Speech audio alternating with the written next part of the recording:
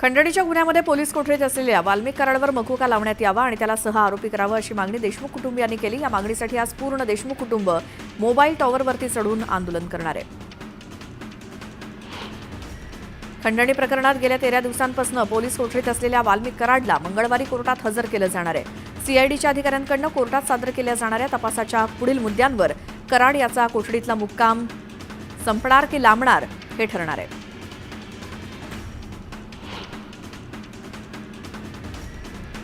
संतोष देशमुखांच्या हत्येमध्ये वाल्मिक कराडचा सहभाग असल्याचं स्पष्ट आहे। असं असतानाही त्याच्यावर मकुका का लावला जात नाही असा सवाल अंबादास दानवेंनी केला। पालकमंत्रीपदाची जबाबदारी मिळालेली नसतानाही गुलाबराव पाटलांनी स्वतःचा पालकमंत्री म्हणून उल्लेख केला। कार्यकर्त्यांकडे वाकड्या नजरेनं पाहिल्यास पालकमंत्री काय असतो हे दाखवून देणार असा थेट इशारा गुलाबराव पाटलांनी विरोधकांना दिला। उद्धव ठाकरेंची साथ सोडून जाणाऱ्या माजी महापौराला चंद्रकांत खैरेंनी शिवीगाळ केली। ठाकरे पक्षाला रामराम केलेल्या नंदकुमार घोडेले यांना चंद्रकांत खैरेंनी धमकी दिली। चिपी विमानतळ सुरळीत सुरू न झाल्यास विमानतळाला कुलूप ठोकू असा इशारा वैभव नाईकांनी सरकारला दिला होता। याचाच नारायण राणेंनी समाचार घेतला। विमानतळाला टाळं लावून दाखवाच असा इशारा राणेंनी वैभव नाईकांना दिला। अमरावतीच्या राजकारणात राणा दाम्पत्य आणि यशोमती ठाकूर किंवा बच्चू कडूंचा वाद काही नवा नाही। मात्र आमदार रवी राणांनी केलेल्या एका विधानामुळे राजकीय चर्चांना उधाण आलंय। जिल्ह्यात कोणताही नेता आमचा दुश्मन नाही। जिल्ह्यातील कोणत्याही आमदारांनी चहा प्यायला मला बोलावलं तर मी त्यांच्या घरी जायला तयार आहे किंवा त्यांनी माझ्या निवासस्थानी चहा पिण्यासाठी यावं असं रवी राणा म्हणाले। बाजार समितीत कांद्याच्या भावात मोठी घसरण झाल्यामुळे शेतकरी संतप्त झालाय। निर्यात शुल्क रद्द करून कांद्याला योग्य भाव देण्याच्या मागणीसाठी राज्यातील कांदा उत्पादक शेतकरी लिलाव बंद पाडून आंदोलन करतायत। सोलापूरचा ग्रामदैवत शिवयोगी सिद्धरामेश्वर महाराजांच्या अक्षता सोहळ्याची सुरुवात झाली आहे। जोरदार तयारी सुरू आहे। यावेळी मंदिर परिसरात संमती कट्ट्याला 700 किलोहून अधिक फुलांची सजावट करण्यात आली आहे। सोलापूरचा ग्रामदैवत शिवयोगी सिद्धरामेश्वर महाराज यांच्या यात्रेनिमित्तानं सोलापुरातील रस्त्यावरती रांगोळ्या साकारण्यात आल्यात। यात्रेतील मानाच्या 7 नंदी ध्वजाच्या मार्गावरती संस्कार भारतीकडनं 3.5 किलोमीटरपर्यंत रांगोळी काढण्यात आली आहे। परंपरेप्रमाणे संक्रांतीपूर्वी होणाऱ्या भोगीचा सण पंढरपूरच्या विठ्ठल रुक्मिणी मंदिरात संपन्न झाला। पहाटेच रुक्मिणी मातेला पंचामृताचा अभिषेक करण्यात आला। यानंतर सुहासिनींनी रुक्मिणी मातेला भोगीचं वाण अर्पण केलं। गोंदियातील विहीर गावकडे जाणाऱ्या डांबरीकरणाच्या रस्त्याचं बांधकाम निकृष्ट दर्जाचं असल्याचा आरोप स्थानिकांनी केला। बांधकामाची चौकशी करून योग्य प्रकारे बांधकाम करण्याची मागणी स्थानिक नागरिकांनी केली। यवतमाळमध्ये इयत्ता 8वीत शिकणाऱ्या एका अंध विद्यार्थिनीनं सलग 12 मिनिटं ब्रेन लिपीतनं वाचन केलं। तिचा हा विक्रम इतर विद्यार्थ्यांसाठी प्रेरणादायी ठरणार आहे। छत्रपती संभाजीनगरात विभागीय क्रीडा संकुल समितीच्या बँक खात्यावरून 21,59,00,000चा अपहार प्रकरणात मुख्य आरोपी हर्षचा लॅपटॉप पुणे सायबर लॅबमध्ये क्लोनिंगसाठी पाठवण्यात आलाय। ही प्रक्रिया पूर्ण झाल्यानंतर हर्षनं कोणते व्यवहार केले हे ईमेलच्या तपासात समोर येणार आहे। सोलापुरातील सिद्धार्थनगर येथील वैभव वाघे याच्या हत्येचा निषेधार्थ कॅन्डल मोर्चा काढण्यात आला। सिद्धार्थनगर येथील मारहाणीमध्ये वैभव वाघेंचा मृत्यू झाला होता। साताऱ्यातील छत्रपती शिवाजी महाराज संग्रहालयामध्ये असलेली ऐतिहासिक वाघनखं लवकरच निरोप घेणार आहेत। 31 जानेवारीपर्यंत ही वाघनखं शिवप्रेमींना पाहता येणार असून त्यानंतर ती नागपूर इथल्या संग्रहालयामध्ये विसावा घेणार आहेत। भाजपचे नेते किरीट सोमय्या आज अमरावतीचा दौरा करणार आहेत। अंजनगाव सुरजी तहसील कार्यालयानं 1100 रोहिंग्यांना जन्मदाखले दिल्याचा आरोप सोमय्यांनी केला होता। त्या पार्श्वभूमीवर ते आज अंजनगावातील तहसीलदारांची भेट घेणार आहेत। विरोधी पक्षनेते अंबादास दानवे आज रायगड दौऱ्यावरती आहेत। किल्ले रायगडाला दानवे भेट देणार असून तळी येथील पुनर्वसनाच्या कामाची ते पाहणी करणार आहेत। महाराष्ट्राची उपराजधानी असलेल्या नागपुरात लाडक्या लेकींच्या सुरक्षेचा थांगपत्ता नसल्याचं चित्र आहे। शहरात प्रेमसंबंध अनैतिक संबंध अशा घटनांचं सत्र वाढलं असून वर्षभरात तब्बल 559 मुली आणि महिला बेपत्ता झाल्याची माहिती समोर आली आहे। भुसावळमधील तेहरीन नासिर शेख हत्या प्रकरणात बाजारपेठ पोलिसांनी 4 आरोपींना मनमाड इथून अटक केली। मनमाडमधून अटक केलेल्या चौघांकडनं 4 गावठी पिस्तुलं आणि 3 जिवंत काडतुसं ताब्यात घेतल्याची माहिती अपर पोलीस अधीक्षक आकाश नकातेंनी दिली। पाटण तालुक्यातील नारळवाडीमध्ये 2 महिन्यांच्या बिबट्याचा बछडा वनविभागानं ताब्यात घेतला। यावेळी या बछड्याची आई देखील त्याच परिसरात असल्याची माहिती मिळताच वनविभागानं रेस्क्यू करत मायलेकांचं पुनर्विलन करून दिलं आणि हा संपूर्ण प्रकार सीसीटीव्हीत कैद झालाय। रायगडमधील महाड MIDC पोलिसांनी 6 बांगलादेशी नागरिकांना ताब्यात घेतलंय. हे बांगलादेशी म्हाप्रळ पंढरपूर रस्त्यावरती काम करत होते. या बांगलादेशी नागरिकांकडे कोणतेही कागदपत्र नसल्याचं छाननीमध्ये निष्पन्न झालं. जळगाव जिल्ह्यातील यावल येथील 18 रस्त्यावरती केळीच्या बागेत अज्ञातांकडून केळीची खोड कापण्यात आली. जवळपास 6000 पेक्षा जास्त केळीचे खोड अज्ञातांनी कापून दिलंय. या घटनेमुळे शेतकऱ्यांचं लाखो रुपयांचं नुकसान झालंय. जळगाव जिल्ह्यातील यावल तालुक्यातल्या मनवेल शिवारात कालव्याला भगदाड पडल्यामुळे लाखो लिटर पाण्याची नासाडी होते. कालव्याला भगदाड पडून सुद्धा त्याकडे पाटबंधारे विभागाचं दुर्लक्ष होतंय.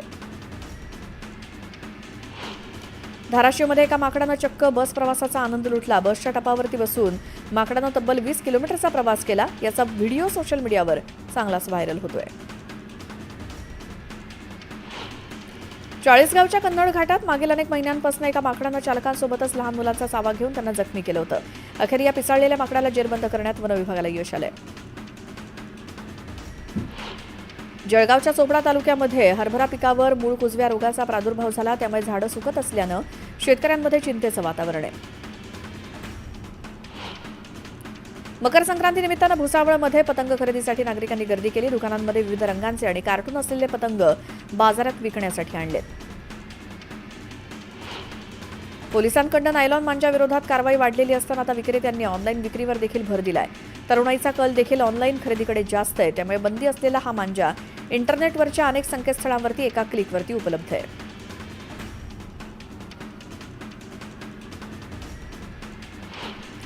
नाशिक अपघातातील मृतांच्या नातेवाईकांना सरकारकडून 5 लाखांची मदत जाहीर करण्यात आली. जखमींना सरकारच्या वतीनं पूर्ण मदत केली जाईल अशी माहिती मंत्री गिरीश महाजनांनी दिली. सांगलीच्या मिरज तालुक्यातील पद्मावती मंदिरातील चोरीचा अखेर पर्दाफाश करण्यात आलाय. पोलिसांनी चोरट्याला अटक करत त्याच्याकडून 9.5 लाखांचे दागिने हस्तगत केले. छत्रपती संभाजीनगरात पोलिसांनी कारवाई करत अवैधरित्या नायलॉन मांजा विकणाऱ्या तरुणाला अटक केली. पोलिसांनी त्याच्याकडून 93,000चा नायलॉन मांजा जप्त केला. नागपुरात पोलिसांकडून पतंगबाजी करणाऱ्यांवर ड्रोनच्या माध्यमातून वॉच ठेवला जाणार आहे. यावेळी नायलॉन मांजाचा वापर करणाऱ्यांवरती कारवाई करण्यात येणार आहे. नाशिक शहरामध्ये एकाच दिवसात 1,09,000 रुपयांचा नायलॉन मांजा जप्त करण्यात आला. स्थानिक गुन्हे शाखा विभाग 1च्या वतीनं ही कामगिरी करण्यात आली. गुन्हे शाखा 1चे वरिष्ठ पोलीस निरीक्षक मधुकर कडे यांच्या मार्गदर्शनाखाली अधिकारी आणि कर्मचारी यांची पथकं तैनात करण्यात आली होती. कोल्हापूर पोलिसांच्या स्थानिक गुन्हे अन्वेषण शाखेनं गांजा विरोधात कारवाई केली. या प्रकरणी राजस्थानहून आलेल्या दोघांना अटक करण्यात आली. पुण्यातल्या सहकारनगर, चतुर्शृंगी, विश्रांतवाडी, वारजे आणि मार्केट यार्ड भागातील नायलॉन मांजा विकणाऱ्यांवरती पोलिसांनी कारवाई केली. नायलॉन मांजा विकणाऱ्यांवरती गुन्हा दाखल करण्यात आला असून 36,000चा मुद्देमाल जप्त करण्यात आलाय.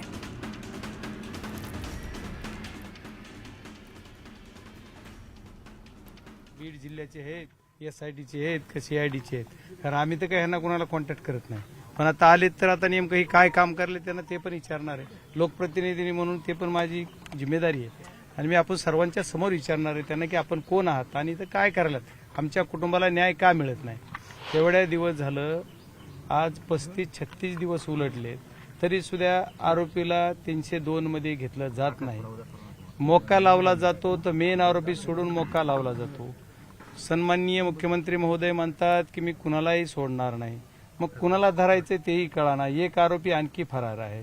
जर आरोपीला त्यांनी सांगितलं होतं की मी योग्य पद्धतीनं योग्य दिशानं तपास करेल, पण तपासाचे सूत्र कशा पद्धतीनं चालले, ज्या आरोपीचे सपोर्ट करणारे लोक आहेत, ज्यांनी मदत केली, या लोकांना सुद्धा आणखी मोकाट सोडले. आरोपीवर महाराष्ट्रामध्ये विविध ठिकाणी गुन्हे दाखल करायला लोक जातात, तिथं गुन्हे दाखल करून घेतले जात नाहीत. ही दुर्दैवी घटना आहे.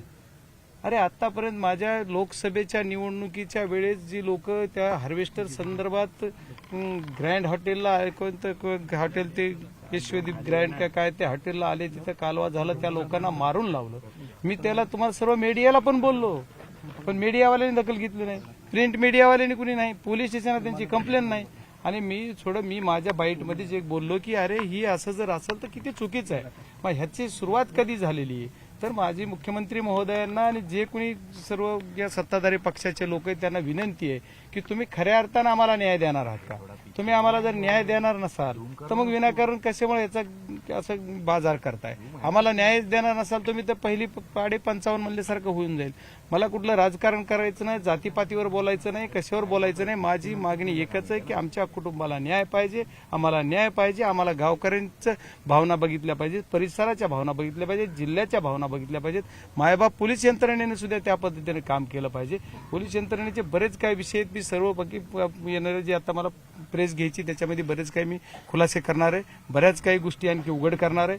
ज्या गोष्टी मला विनाकारण डोलबाजी करायची नाही, पण मी पुराव्यानेशी पहिल्यांदा प्रेसला कागद घेऊन बसणार आहे आणि प्रेस देणार. एक गोष्ट अशी आहे की ह्याने देशमुख कुटुंबियांनी टोकाचं पाऊल उचललेलं आहे. गावकरी त्यांच्या बरोबर आहेत. तुम्ही काय विनंती करणार आहेत का? ते जीवन संपवण्याची भाषा करतायत. अहो मग त्याच्यासाठी तर मी आलोय. असं जीवन संपवून चालणार नाही. एक आमचा कार्यकर्ता